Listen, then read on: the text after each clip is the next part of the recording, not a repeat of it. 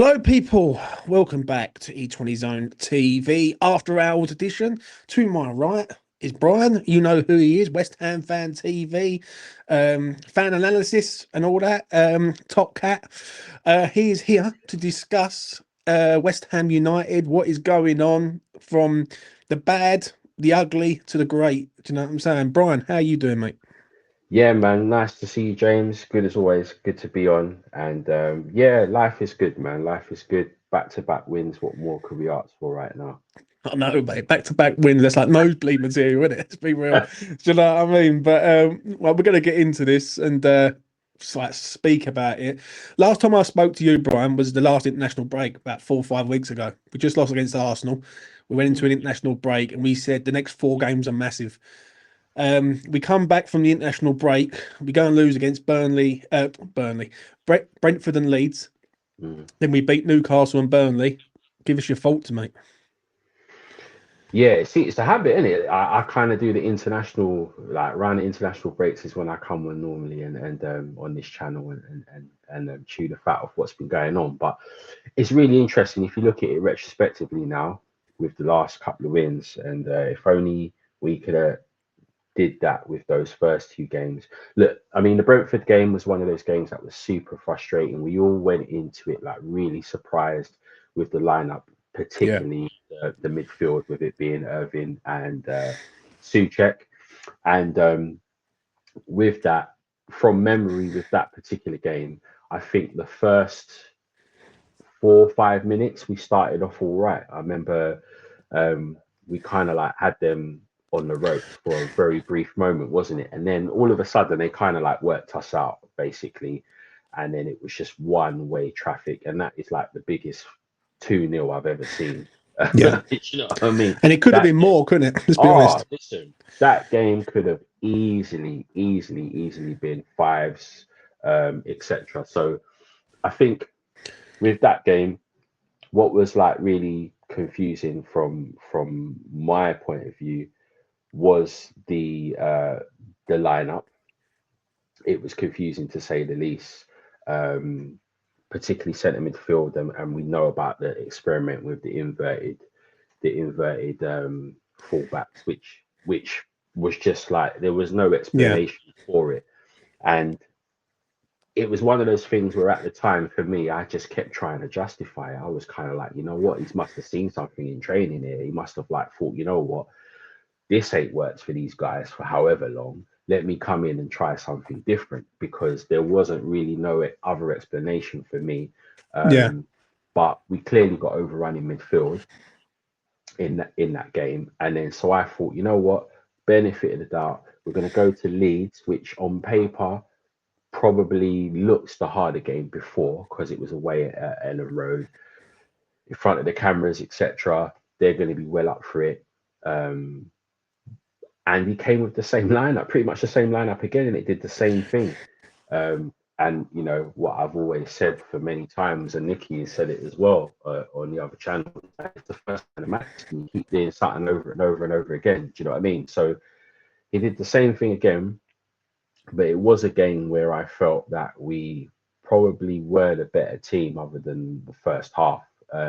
Some could say, you know, Leeds were just defending the lead, which they probably were, but even when they were on top, it was one of those games where I thought, you know, we could have actually got something from that game. So it was disappointing, but what that game done for me particularly, that's when I got worried. I actually began to get a bit worried now about, you know, the outcome of what the season Yeah. could look like. Because despite most, I have actually been one that have I'll just be have, honest, Brian. yeah, I literally yeah, thought West Ham were going down. Like yeah, yeah, yeah, I watched that game against Leeds. It was a Friday night game. Covered everything on here. yeah, And I was quite emotional on the afterthought. I was like, I think this is it right, now. I think it's game over for us this year. I just don't see how West Ham had anything about them. And with the mm, players that he was picking, there was no trust there. Do you know what I mean? Like, you just couldn't mm, trust any of these players at all. So, like, could you trust any of these players against like Brentford and Leeds to get us out of a dogfight? Do you know what I mean? yeah, And I just didn't see it. Like that's what I genuinely believed. And I don't know what's happened. I don't know what's happened with West Ham, but Mm, that Leeds game, I hope that Leeds game doesn't come back to haunt us. Let's put it like that, because mm. them two games were the ones where I would have assumed West Ham wouldn't lose them games, Yeah. and then they go and lose them. Do you know? Do you know what I'm saying? Well, that's the thing, and it was the manner of the defeats as Yeah, well. It's the manner in the way we conceded the goals in the Leeds game, especially. The defense was just outrageous, and we just looked. The heads dropped down every time we conceded a goal, and it looked like it was really affecting and impacting the players. And I really saw it in that game. And as I said, like you, as well as being distraught, I was thinking, you know what, this is going to get bad, because when you started to look at the fixtures in terms of what was to come, it just made it like you're thinking, do you know what? We might not get a win here until like the turn of the year. You're starting to look around, thinking where we're going to actually scramble yeah, 3 points here if we're not beating or at least competing against these guys. I mean, at the time, Brentford were not doing too great. They pretty much turned the corner since that win, actually. But um, yeah, both of those games were games that I thought, we would pick something up. So I was concerned. And the other side of it as well, James, is that like because with our squad in particular areas, it kind of yeah. is what it is. So when you look at the centre back positions, particularly, what you see is what you get. Do you know what I mean? Other than Mavropanos, who then picked up the injury, it's kind of like, well, what can we do about that now? There ain't Yeah. nothing we can do. So It's basically it's yeah, hoping that these players are going to turn into well beaters. That's hu- basically what it is. Yeah. 100%. So I was just I was at a loss. I was confused What do completely. you? How do you think it's gone from being two defeats like that to then moving over to the Newcastle and Burnley game and winning two games back to back from a losing position, which West Ham don't do? Literally, it's going in some ways. It was going back to basics. It's playing players in their correct position, and it Yeah, was doing what fans have been calling for, which is balance. And someone that's provided that balance has been Freddie Potts. Bringing him in to the centre midfield role has enabled us to not only have a more structured balance in midfield, but it's also provided us with legs. And ironically, despite his young age, he's also provided us with some leadership. Then you add into that Fernandez into the mix, and then again, you're starting to see the transition of an aging midfield come down to quite a young midfield. Do you know what I mean? yeah, And I think with the Newcastle game, but just general, we were in a position where it's like we need to start taking points off teams that we're not expected to get anything from. That was the only way we were going to start to turn things around. And I think Newcastle game was a good opportunity, actually. Again, another televised game, another game where there's media coverage with protests and etc. etc. But I thought it would be a good opportunity that game, uh, considering that Newcastle's away record, which has been well documented, but even at that time was one of not really pulling up any trees. So it was an opportunity, and the first thing that I done, and I know everyone else probably done, was thinking, right, when they saw the team lineup, this is what we want. Do you know what I mean? We've got our fullbacks, we've got Aaron Wan-Bissaka and Diouf in their correct position. Um, Potts, Fernandez, and Paqueta, and that's what we wanted to see. And I think the one thing in that game that surprised me, and it's turned out to be a fortunate thing, was the switching of the centre backs, basically playing them on their opposite sides. mm, Um, which again, I at the time, me when it comes to like the tactics and the strategic side of things, I'm looking at all of that stuff, but I couldn't really fathom. I know he's since come out and given some rationale to it, but it obviously paid off. And I think that first half in that game, or even the first 50 minutes of that game, was arguably the best football we've played in a long, long time, and that's yeah. crossing over from Potter and Lopetegui. Some really nice stuff in that game. I completely agree. I completely agree with you. Like against Newcastle, it felt like to me that balance was the order of the day, right? And it's not. Listen, if fans can see it, and we're screaming at our TVs and at our phones saying, why don't you just put players in their natural positions? The game becomes pretty easy. I think West Ham stumbled across something against Newcastle that day, and I think it fell into West Ham's hands. I think obviously the emergence of Freddie Potts, mm, which when I look back at it now, I'm surprised he hasn't started the season, like starting games for us, because he's been a breath of fresh air. I think Aaron Wan-Bissaka and Diouf, both on them flanks, have been really, really good in defensive aspects and getting up and down the pitch and working well with Somerville and Bowen on either flank. It just felt right against Newcastle. It felt right, and it felt like everyone was together to try and get this win. I think the penny's starting to drop with West Ham in regards of upstairs, and people saying, well, basically now if you carry on going the way you're going down. It's as simple mm, as that. Like, and the way we was performing, we was like a relegated like side, and we're just going through the motions. So I mm, am pleased with that. Obviously the protests, which I will get onto later on, mm, we will discuss. But obviously there was a sitting protest against Newcastle. I think that was another thing where everyone sort of come together mm. and obviously push the boys over the edge. Um, what do you make of the Burnley game for you? Yeah, I mean, look, the out of the last couple of wins, that one wasn't the greatest game first and foremost, and the performance wasn't the best at all.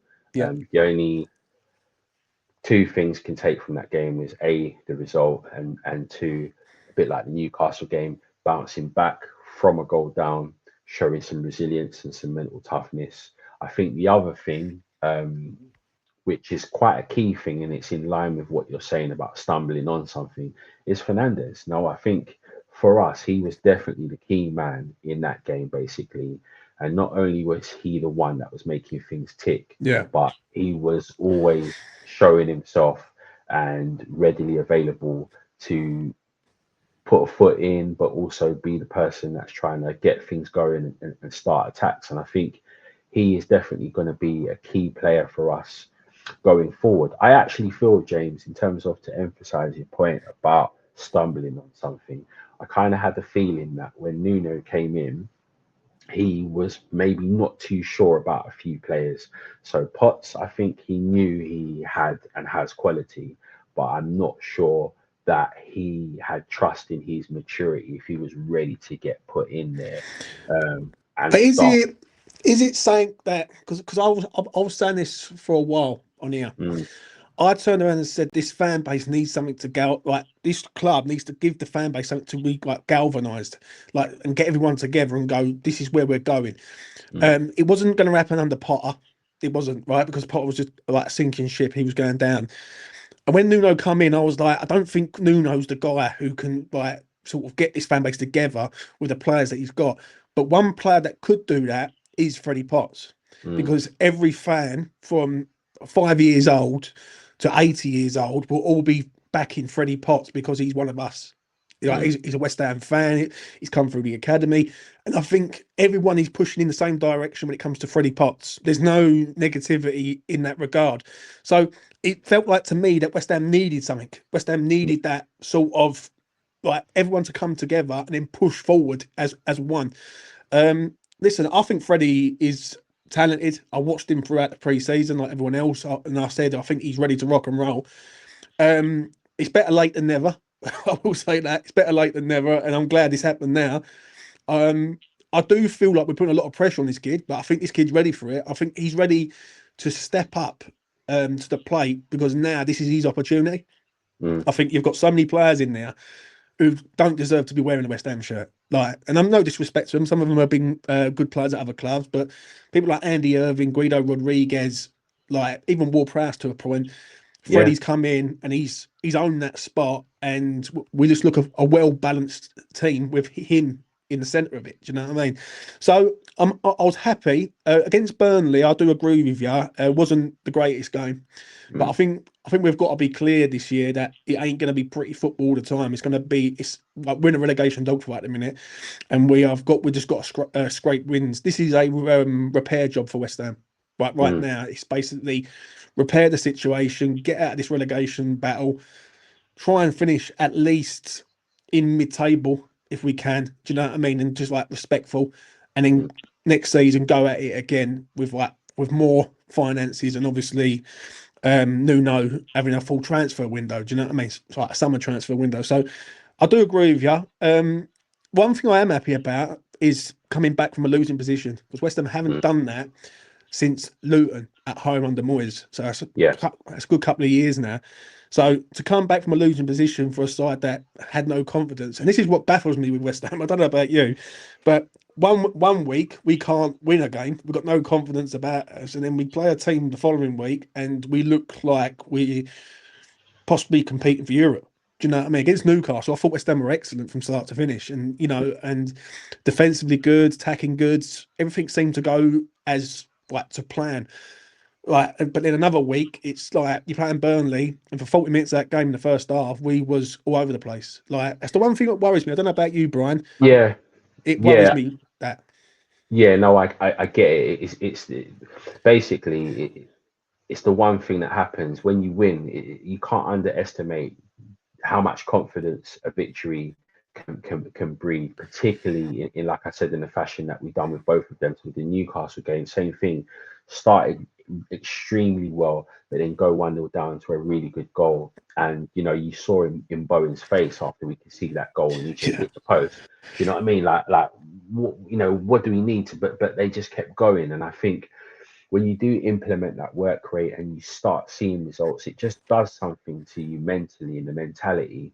So having to do that again, and it happened again in the Burnley game, and then go into an international break, which is the perfect time to get two back-to-back wins. Do you know what I mean? Because there's nothing worse than losing the game before international break and having to fester on that for a couple of weeks, and everyone returns back to their clubs and into that negative yeah, mentality. The players now have got that hunger and belief that they can actually do something. And if you see like the bottom half of the table, it really is tightening up. I think like with the Burnley game though, again in contrast to the Newcastle game, I think Burnley actually played decent. I think they had a game plan and the game plan was working.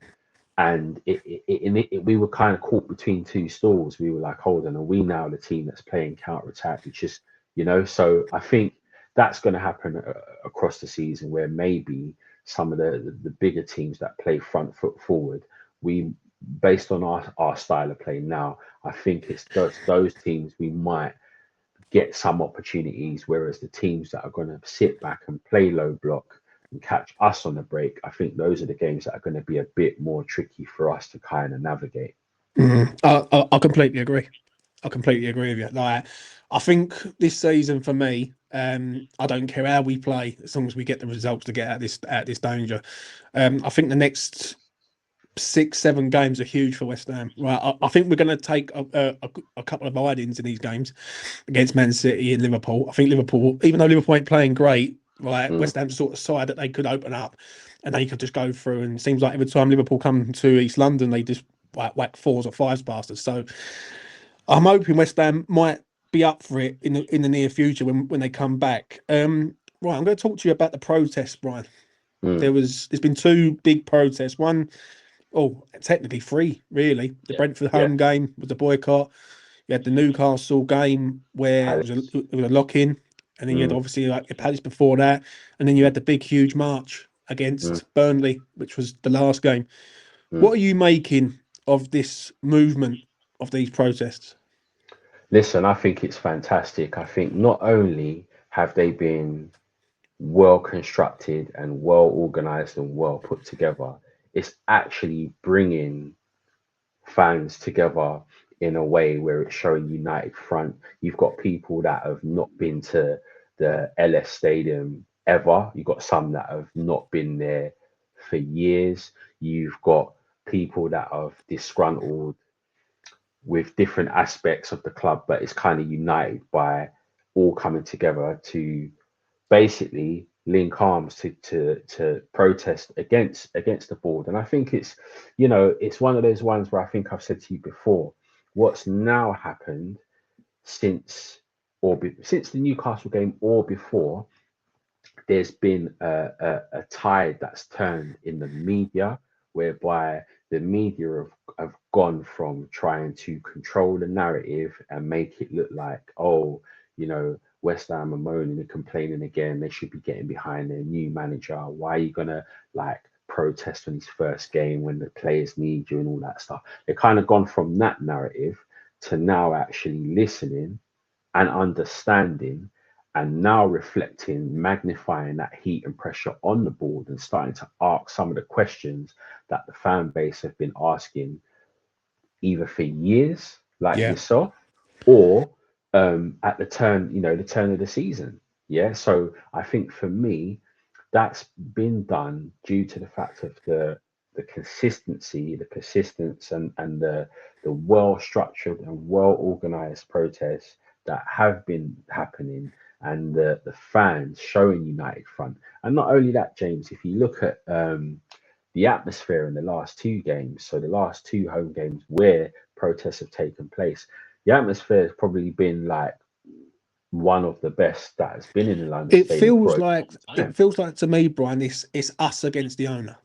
Yeah, yeah. That's what it feels like. And I've said this for quite a few times. All right, it all depends on how much Sullivan wants it, because we all know that we want it. Like we all know that we're gonna be here long before him and long after him.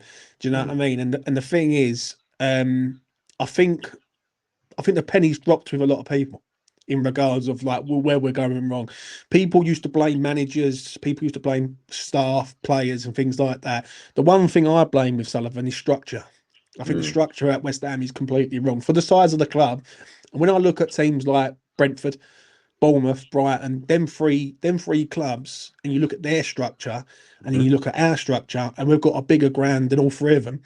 That's right. And we've got a bigger sort of history than all three of them clubs. West Ham should nowhere near be going out and getting pay as you play deals for players.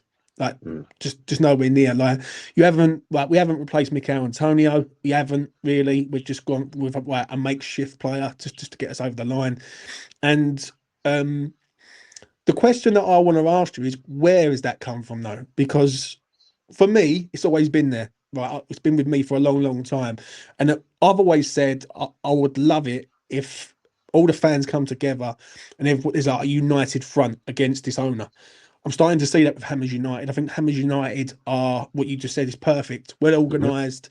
mm, I think no one's getting out of their pram. I think anyone who's going on Sky Sports that we discussed previous radio, everyone's speaking well, but they're not making the club an embarrassment. Like they're not showing the club up. Yeah, I yeah. think everyone is looking at it. I think people have got their facts ready and all.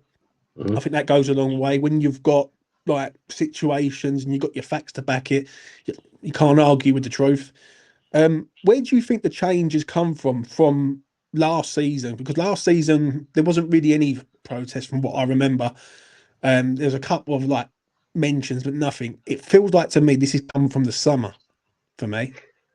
You know what it is? Say like with last season specifically, basically everyone gave Potter a reprieve, and they said, "Look, we're not going to hold you accountable now, but come the turn of the season, you have your pre-season, and then once the season starts, that's when we're going to be judging you." Because let's be honest, when Potter came in, there was a cohort that weren't really feeling Potter, but I think the majority Yeah, overall were willing to give him a go because they felt like anything that's better than what we had previous to that.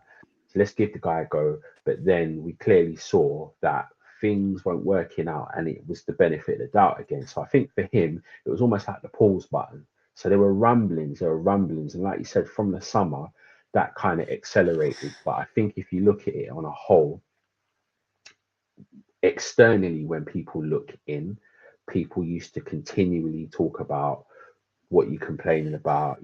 yeah, You be careful what you wish for, Moyes, all this stuff. You wonder this and that.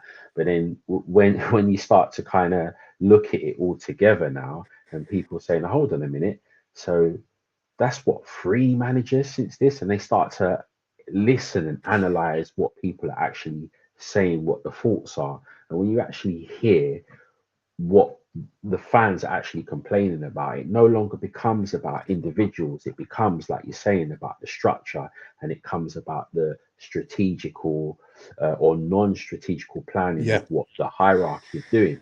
And then the one thing from that became very evident was the transfer policy. Now, if you look, our transfer policy and process has been, our recruitment policy has been shambolic, and it's a big part of why we're in this mess. You've got a manager now and the one before that effectively is playing with three different managers' players, Mm. and and money's being thrown around left, right, and centre. You know, Potter already had a gun to his head, but he was still, you know, given the card to go and get Hermanson and go and get players and even with Diouf, who's turned out to be a good player. He obviously had an identity and a style that he wanted to Yeah. play in, and the board backed him. So we moved in that direction and then we reset. And that's something that had been happening from way back, from when Moyes was there, and the whole Stein thing. That for me, that was the start of it. I I That think that was, he, that was the I think start. Sullivan gambled, Brian.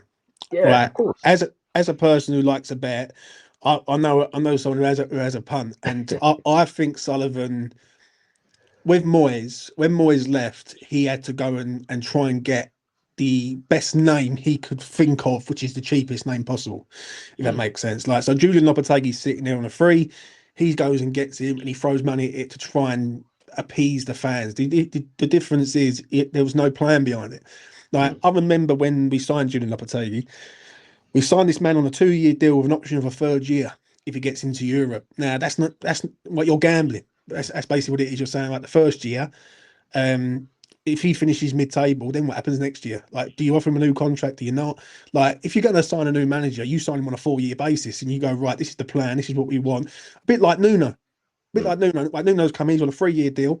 There's no options of other years. He's on a 3 year deal, and it felt like to me Sullivan and people started to see through the lies at last. And one thing with Sullivan, he's very good at turning his fan base against each other. He's extremely good at it, right? I remember with the Moyes thing when he could have nullified that threat all day long. He just sat back and let the fans go backwards and forwards at each other. Fights in the ground, fights outside the ground with fans, and I can understand it from both sides. I really can. There was people that didn't want Moyes here, fine, but there was people that actually respected the man for what he had done. And when you look back in hindsight, what he had to do with Sullivan, he actually done not a bad job, right? Considering like you've got David Sullivan as your owner and as your boss. Do you know what I'm saying? mm, Um, I think Potter was a quick fix. It's just a quick fix to a solution, and it's like get him out, and then Potter's there. I think the biggest result he's had, and I think the biggest result for West Ham is Nuno being available at the time. mm, I think that's literally the luckiest moment for West Ham United to for Nuno to go and leave Nottingham Forest, not because of bad results, because of Forest actually and their owner just went mad and wanted to get rid of him. To have him sitting there and then we go and get him, I think it was a bit of a stroke of luck. It was just literally he was there, and what a result it was that he was there. Obviously, he's still got to keep us in the league, mind, but I think I trust Nuno. I really do. It's just that this ownership I just don't trust. Where do you see these protests going for you, Brian? I think we're going to continue in the same vein. I think basically, if you look at the last one, particularly, the numbers grew significantly. So Yeah, from the Burnley game in comparison to the Palace game, night and day, night and day. The level of creativity as well is also again night and day, and those are the things that are getting more and more spotlight. The thing is with Hammers United and everyone else that are involved in this is that they're very like I mean they put in a lot of work, and a lot of planning goes on behind the scenes, etc. So they would have mapped this out, in terms of like the next steps. But I feel we're going to continue. This is going to be, in my opinion, this is not a quick fix. This is going to be a long game I type completely thing. agree with you. I Yeah, think this is going to be a long. I think there's been sort of like stories and stuff that Brady's on the ropes in terms of like questioning her position, etc. If those are true, who knows if all that stuff's true? But Sullivan, in my opinion, is someone that is stubborn. I don't think he's gonna want to go anywhere, and I think like it's going to be a long game. Push comes to shove, but I think the key is like what you said. At the end of the day, fans will always be around. Um, chairmans, players, everyone come and go, but fans are always going to be there. So this is going to be a long game. My thing, and it's sad sort of like bringing this up, but one of the concerns I had with Nuno, because I love the guy, I think he's great, and I think he's a perfect fit as well for us now and in general. Even if we weren't in a mess, I think he's like a really good manager for us. If you look at it sort of like statistically, so with Nuno, after that sort of 2 year mark, something happens. Something happens with him and a club. Relationship falls down for whatever reason. But he's in a space for about 2.5 years or under that, and then something happens. So it's kind of like a race of time, like who goes first. You know what I mean? Yeah. Is it Nuno due to a dispute with the hierarchy, not being back to something, or something breaking down that makes him go, or does something happen and new people come in? I don't know, but it wasn't easy getting him. I mean, he needed to be convinced. There were multiple meetings with him in order to make him come. And one of the things I found strange, and I think you mentioned this as well, is where do you ever see a guy come in and they don't bring in their team? They don't bring in their coaches and all that. Look, we're starting to see that now slowly. He's brought in the goalkeeper coach, etc. But that was a very, very strange move. And again, I think conversations must have been held about what was going to happen or what the Yeah. plan. But I just found that very strange. But Nuno needed to be convinced. So it'd be interesting to see, particularly what goes down in January as well, and how much they back him. Mm. I think when it comes to sort of Nuno, um, I'm happy if he's here for like 2 years and he like and there's a change, right? Because obviously we need that stability. Mm. What the job he done at Forest was excellent, absolute superb. He had players going through his ranks. He had an owner who was a complete like psychopath, really, like and just going absolute berserk with things. Um, with Sullivan, I completely agree with you, mate. 1,000% on this. I think it's going to drag. I think Brady will go before Sullivan. I really do. Whether that's in January, who knows?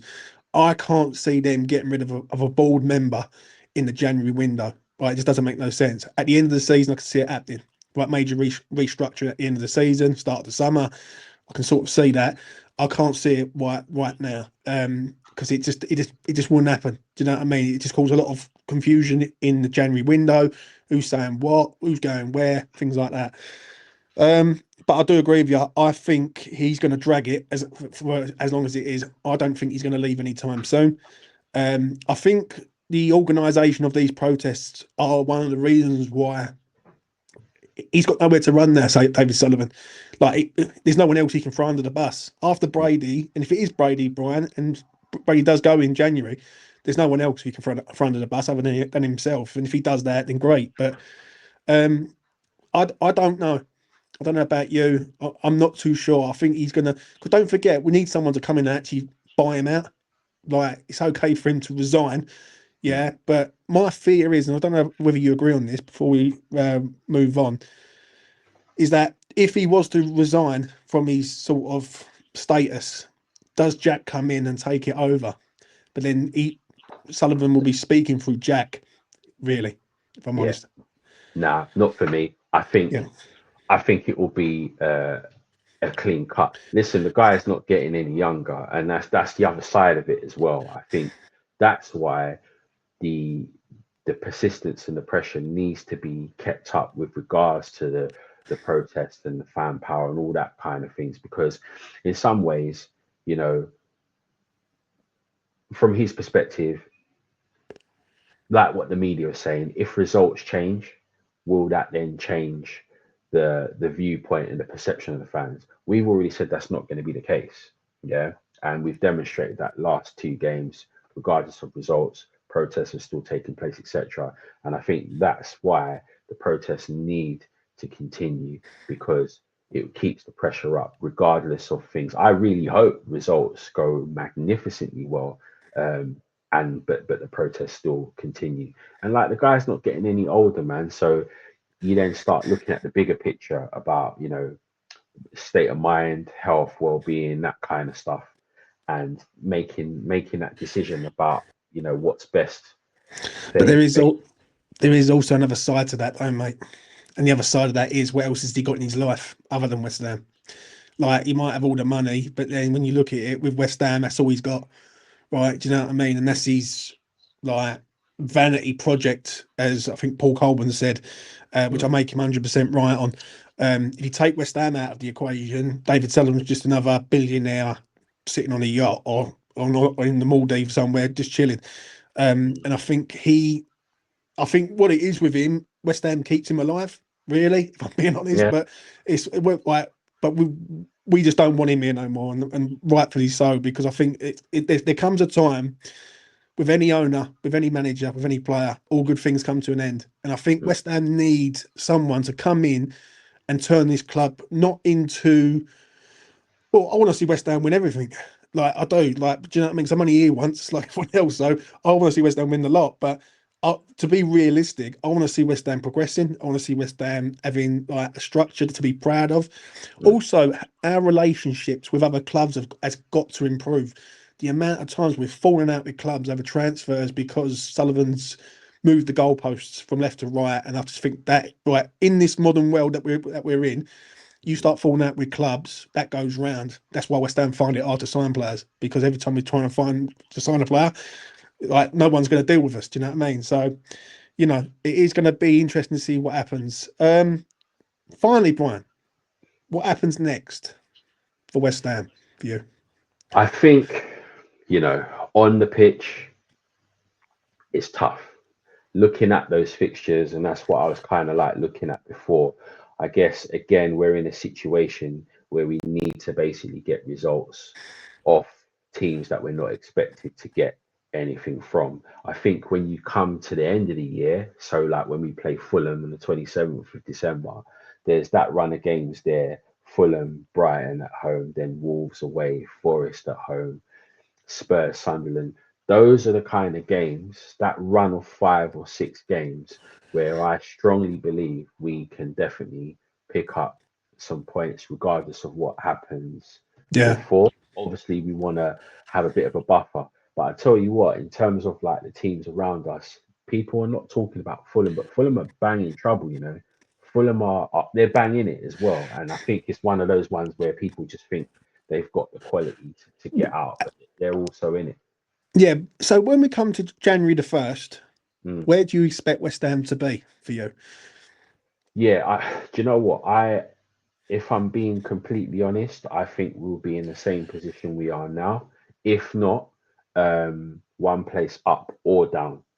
Yeah. Mm. Um, and that's being honest with you. And that's literally based on the next 3 games. Saying that though, James, I tell you what, Bournemouth away, which is the next game, that's a funny game, because a lot of people are kind of like writing that off as being a game where we won't get nothing. But we've gone up there and we've turned them over and I, we've done I okay think we've against got, them. yeah, I think we play all Yeah, right at Bournemouth over the last few yeah, years. I don't worry about that Bournemouth game. I think West Ham can go there and at least get a draw, right? At yeah, least, right? I'll be happy with that. Every time we go to Bournemouth, we always turn up. I remember last year under Lopetegui when we went mm, there, and everyone thought we was going to get absolutely hammered, and West Ham was winning the game. And until that super free kick from their Turkish player yeah.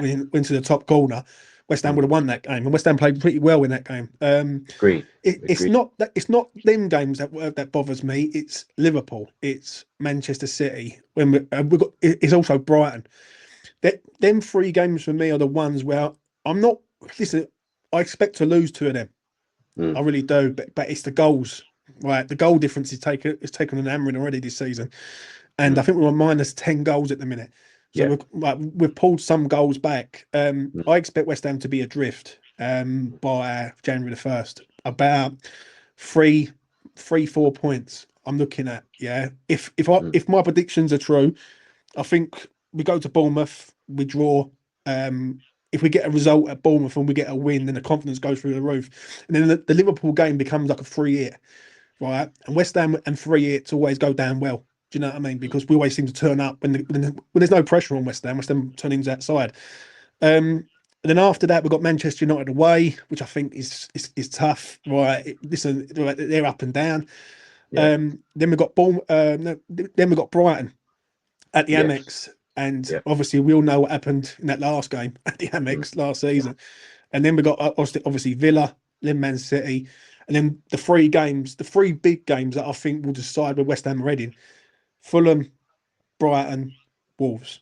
Them Mm. three games are just massive. Like I'd West even, Ham, as I said, I'd even extend that, James. I'd even go the Forest game after that, because yeah, Forest are like us, and I'd even, for that sort of like, I'd put the Spurs game in there as well, because obviously Spurs are doing what they're doing, but you got to remember their home record is terrible.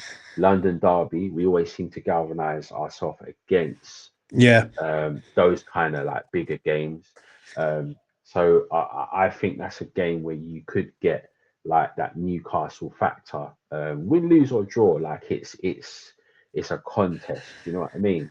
And the thing is, James, where I agree with you, like with what what you just said there, I'm also looking at the teams around us and their fixtures, and this is what I'm saying, that the teams like the Fulhams and the teams around us have equally got like not really a complementary set of fixtures. yeah, So it's gonna be tight, but I think the next two games are really crucial, and if we can get anything from the Bournemouth game and the Liverpool game, even if it's a good performance but a defeat, do you know what I mean? I'll take that. Anything that can give us hope and think, do you know what? If we can do it against these guys, we can take that belief and type of performance into the sort of mid-table teams and that. As long as we pick up points against the teams that are sort of in and amongst us, home and away, I feel we'll be all right. But the one thing I am concerned about, James, is injuries. I think that's yeah, one thing we haven't really spoke about.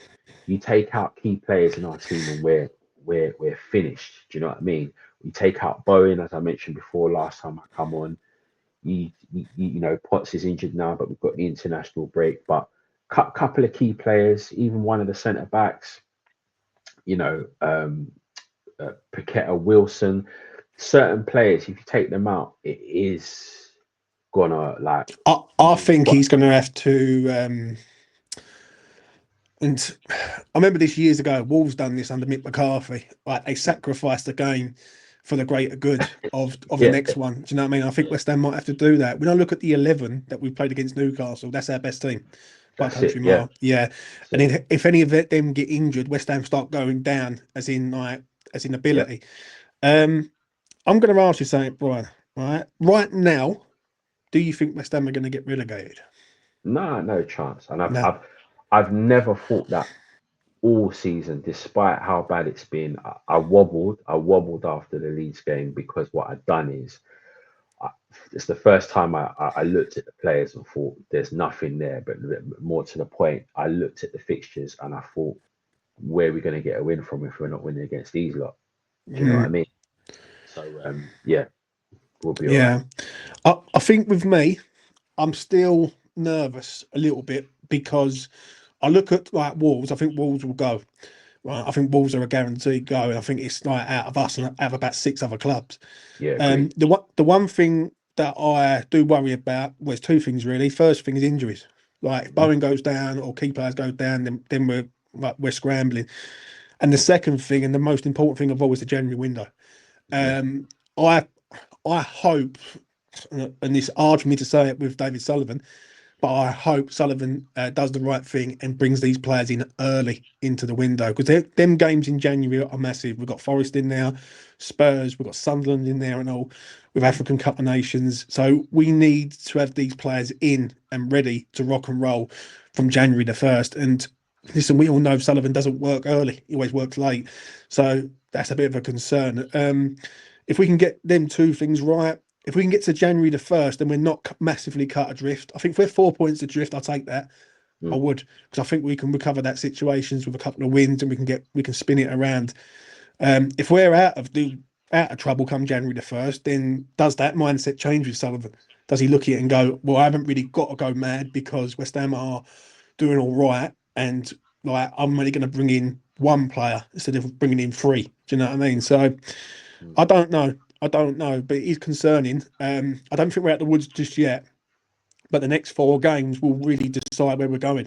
Do you know what I mean? If we can get 4 points at the next 4, which is Mm, a win and a draw, and maybe a defeat, like 2 defeats, mm, then I will probably accept that. If we get more than 4 points, I'm over the moon. Like, do you know what yeah, I mean? So I think absolutely. that's what it is, mate. Mm. Brian, any final words from you, mate? Anything you want to discuss? Yeah, no, I just think pretty much as is really. I think message from the fans, man. I think our fan base, it just goes to show why we are one of the best fan bases in the country, in my opinion. Um, and even you get opposition fans saying that when it comes to particularly like the fans that go to away games, etc. I just think, yeah, just keep up the good work with regards to sticking together, supporting the club, players on the pitch, but also showing that united front to get those guys out. Yeah, I completely agree. I put a video up of the march from Saturday where you see everyone coming down the road, Stratford, Mm. and it got 250,000 interactions on TikTok, Wow. which was unbelievable. And the amount of fans from different clubs saying "Well done, West Ham," from Chelsea to Leeds to Glasgow Rangers to Sheffield United to everyone. Mm. Everyone was saying, you know what, you're doing it for your club. And do you know what? Everyone works in different ways. Right? You see the Mm. situation at Sheffield Wednesday currently right now. They're boycotting games, and they're having a fight against their owner. West Ham are. I'm going to be honest. Are the most organised I've ever seen with a protest. Like Yeah. a lot of it over the years has been with ego, who's been there longer and everything. Now it's everyone's equal slate. Everyone's in the same boat, and we're all paddling upstream, right, and getting away from the situation. So, you know, onwards and upwards with that. Keep doing what Hammers United are doing, right? And everyone doing their Evolve, whether that's on YouTube, social media, and everything. And do you know what? I think I'll know more come January the 1st. If West Ham can get out this situation that they're in, because I don't want to see West Ham ever go down again, mate. I've Mm. witnessed that a few times over the years, and I always said I never want to go through that pain of seeing the club go down and fall apart, especially under Sullivan's reign. I know that was, but Brian, thank you very much for coming on, mate. Really do No appreciate it. worries, man. No worries. Anytime, James. No worries at all, mate. Smash a like on the video. Subscribe to E20 Zone TV. Go and subscribe to West Ham Fan TV, where that man is on with Nicky Hawkins and Dan Lawless and all the boys on there. That's me done now, and I will be back with another video soon. Take care of yourselves. Enjoy this break, and I will see you again in the next one.